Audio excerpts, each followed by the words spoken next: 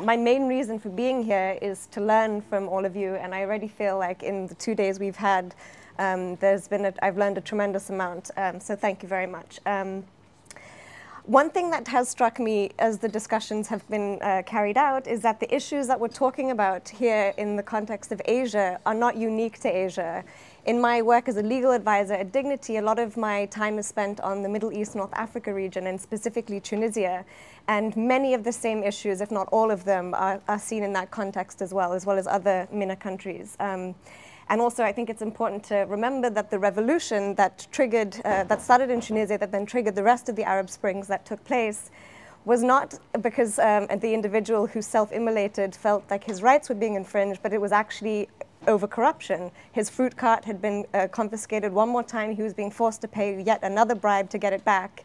And he just had enough. So I think it's quite apt for us to be talking about all of this, and for me thinking about the revolution in that way, because we often lose sight of the fact that it wasn't about the lack of human rights protections. I also come from Mauritius, which is part of Africa, and there the problem of corruption is rampant, official corruption, and as well as lack of accountability, lack of transparency, and the result is that torture and ill treatment by the police is present, and that's been picked up by the UN and other bodies. So I'll start by saying just a few words about Dignity, and due to jet lag, I think I'm going to read my remarks rather than speak off the cuff. So Dignity was established in 1982 by a group of medical doctors. It had formerly been actually part of the Amnesty Doctors Group. Sorry, thank you. It had formerly been part of the Amnesty group of medical doctors. It was one of their doctors groups, and then became RCT, and then in 2012 changed the name to Dignity. And the doctors who established it recognized there was an acute need for specialized rehabilitation and care for torture survivors who were coming to Denmark as refugees. Since then, the organization has grown significantly and now carries out a range of projects and programs aimed at, among others, the promotion of the prohibition of torture, improving conditions of detention, and building the capacity of rights holders to claim their rights and duty bearers to respect, protect, and fulfill their human rights obligations, mainly under the Convention Against Torture. The organization's objectives are to firstly expose and document torture on a health professional basis, to develop clinical diagnoses and treatment methods for torture survivors on the basis of systematic examination of the torture survivors and research into torture and organized violence, and to apply the experience and knowledge that is gained to education and advocacy activities in order to contribute to the global effort to abolish torture. The organization carries out this work along three main themes. They are rehabilitation of survivors of torture, torture and ill treatment in detention, and torture and organized violence in urban settings. Dignity's had the privilege of having a very long-standing partnership with the Asian Human Rights Commission, and during this productive partnership, we at Dignity have learned a tremendous amount and continue to learn a tremendous amount from our esteemed colleagues. We've often been challenged to think about and rethink our strategies and our working methods so as to improve their reach and impact, and that's something that we as an organization and I personally are very grateful for, especially since we have the opportunity to learn from an organization and individuals with such a wealth of experience and expertise and knowledge. Yesterday and today, many of our discussions have come back to the question of corruption and torture, or the role that corruption plays in the prevalence of torture. So I'm going to continue in that vein in my remarks. And I want to start by telling you a little bit about a project that is ongoing at Dignity right now, which I think will be quite interesting. And colleagues of mine in the urban violence theme are working to develop the concept of violent exchange. And that is exploring the relationships between the police and those who are policed in urban centers. And the research will examine how and to what extent violence in the form of torture and ill treatment is linked to corruption, as well as other forms of exchange that may take place, not necessarily purely monetary exchange. So when a police officer asks for a bribe in return for not imprisoning or violating someone, an intimate link, the intimate link of state violence and monetary transaction is evidence, and the researchers working on this propose that the concept of violent exchange is a useful way to explore these links.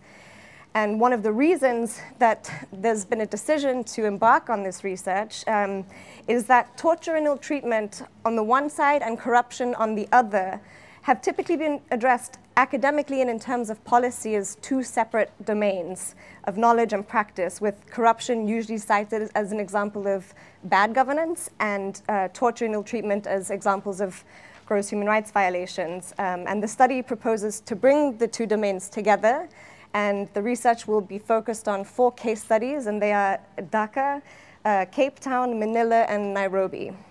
So some of the questions that the research seeks to answer are: how does the notion of violent exchange contribute to understanding the relational practices between police and policed?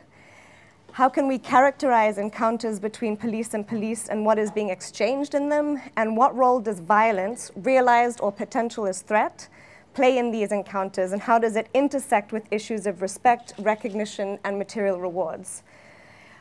The project is as yet in fairly early stages, but I think it's quite significant that the research is underway because there really is an absence of qualified analytical research looking at the relationship between corruption and torture and ill treatment, even among the UN bodies responsible for monitoring the prohibition of torture.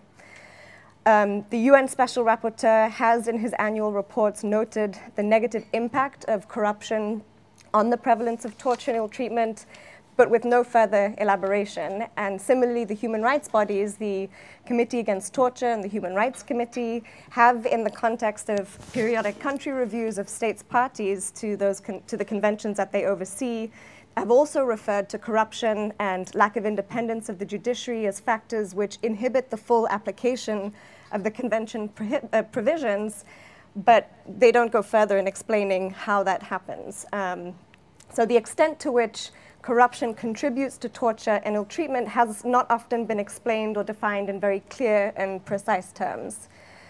And this is a real shame, really, because the role of the role of corruption and in the perpetuation of torture is something that could be addressed by these bodies under Article 2 of both the CAT Convention and the ICCPR, as has been mentioned by Basil in the article that was shared with us in the booklet that was put together. But yet neither body has chosen to elaborate on this. However, there is some good news. That nexus between corruption and torture has been elaborated a bit by the Subcommittee on the Prevention of Torture, which is the UN body responsible for overseeing the optional protocol to the Convention Against Torture. In its annual report this year, which was issued in March, the SPT included for the first time a section on corruption and torture and ill treatment. It's significant not only because it's highly informative and gives us, for the first time, a sense of where the UN is on its thinking on this, but also that the SPT even chose to engage on this question when it has been so often dealt with as separate domains. The reason the SPT chose to include this in its annual report this year is because, and according to the report, I'd be happy to circulate the link to it if people are interested. The SPT noted that in nearly every visit that it's undertaken to places of detention in the states parties to the OPCAT, they noted the issue of corruption in places of detention as really directly contributing to the prevalence of torture in places of detention. So they felt it was necessary to highlight this in their report, and hopefully this is the start of more elaboration on this question by UN entities. So I wanted to just go over a little bit of what the report says, because I think it's quite interesting and relevant for the discussions we've been having.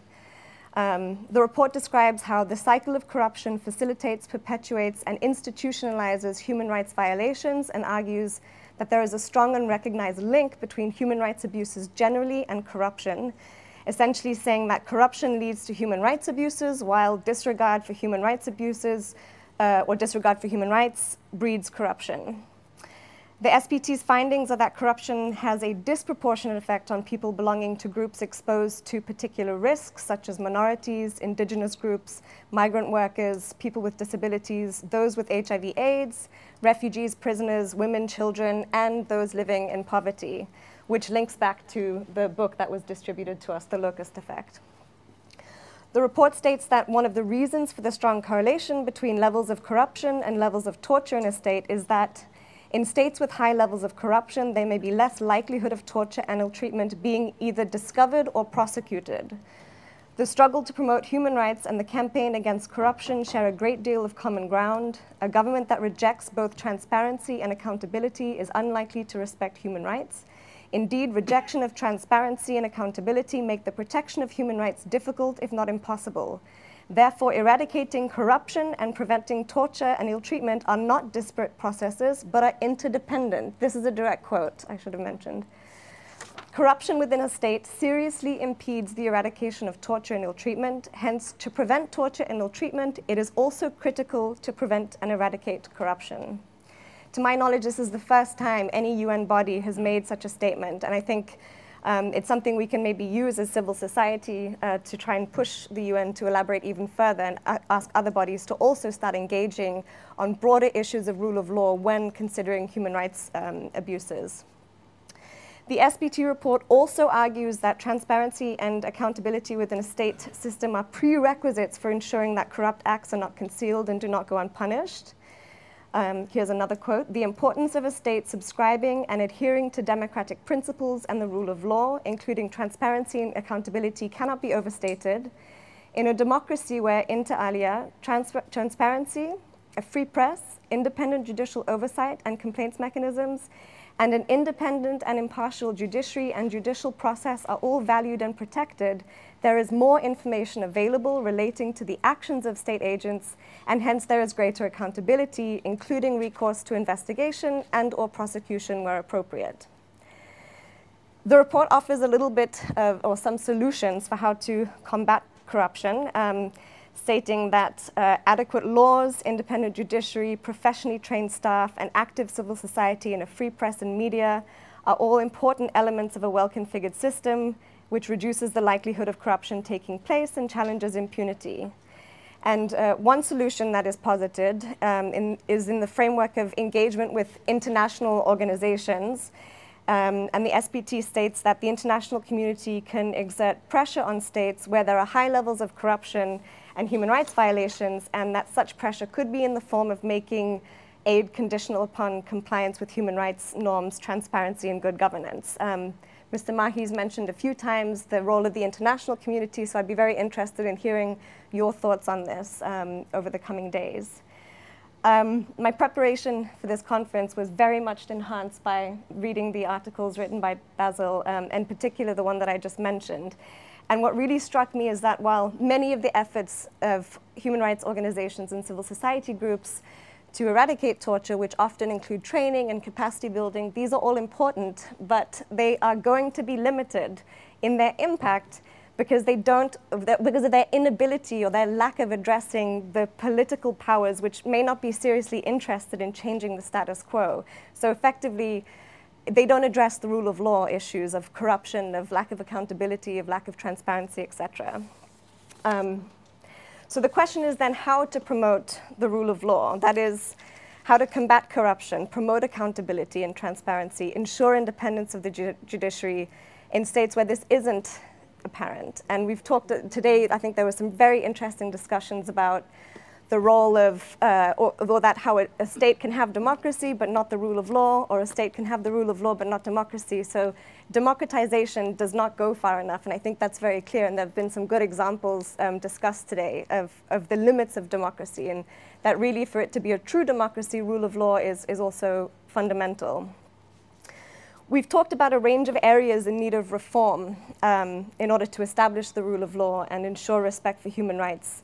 And we've come back time and again to this issue of political will for both establishment of a functioning public judicial or justice system, as well as for other reforms that would lead to this, for example, electoral reforms, etc. But we haven't yet hit on the question of what is political will, or how do we influence political will? And yesterday, Mr. Jha mentioned an article from the New York Times that referred to the broken window theory, which is effectively that impunity for human rights violations breeds or perpetuates human rights violations. And one of the solutions cited in the article was also political will. Bijo's comments yesterday, also the last comments, I think, about the broken down car, that it's not just one piece of, or not one part of the car that needs fixing, but the whole car needs to be redone. And that, I think that example of, the one policeman who may have the best human rights training, or the one prosecutor that may have excellent human rights training, but is just one cog in a large, or one gear in a much larger machinery. And unless that whole machinery is working towards the same goal, the impact of a group of 50 very well-trained prosecutors or judges is going to be extremely, extremely limited.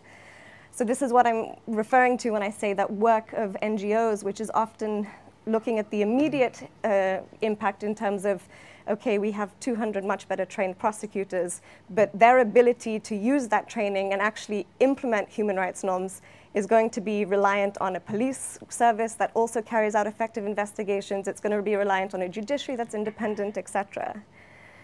So I would argue that perhaps questions that we can look at discussing over the next few days is to try and unpack a little bit what we mean by political unwillingness. What is the unwillingness rooted in? How do we generate an appetite for change and reform among decision makers and those at the highest levels of not just the government, but also the political parties? Whether it's for electoral reform, or for reforms for a public justice system, or for reforms to combat corruption, they're all towards the same goal. How do we generate that appetite for change, particularly when it seems that the status quo is quite lucrative for a lot of people who are in power? So really looking at questions like, what are the incentives necessary for political powers in these states to adhere to principles of rule of law, and ensure that public institutions are not only capable but actually mandated to protect individuals from being tortured and to punish perpetrators. As an NGO, this is something that we would be really interested in hearing from you about, because unless we have some ideas, I think it'll be very difficult for us to sort of mend our strategies to better address the root problems, which is not necessarily lack of training. That may be part of the problem, but it's, as I said, not going to solve the whole problem. So I'm very much looking forward to continuing these discussions over the next 2 days, and also with you individually in the breaks. And again, thank you very much for all of the excellent presentations so far. And I think I'm finished with that. So thank you very much.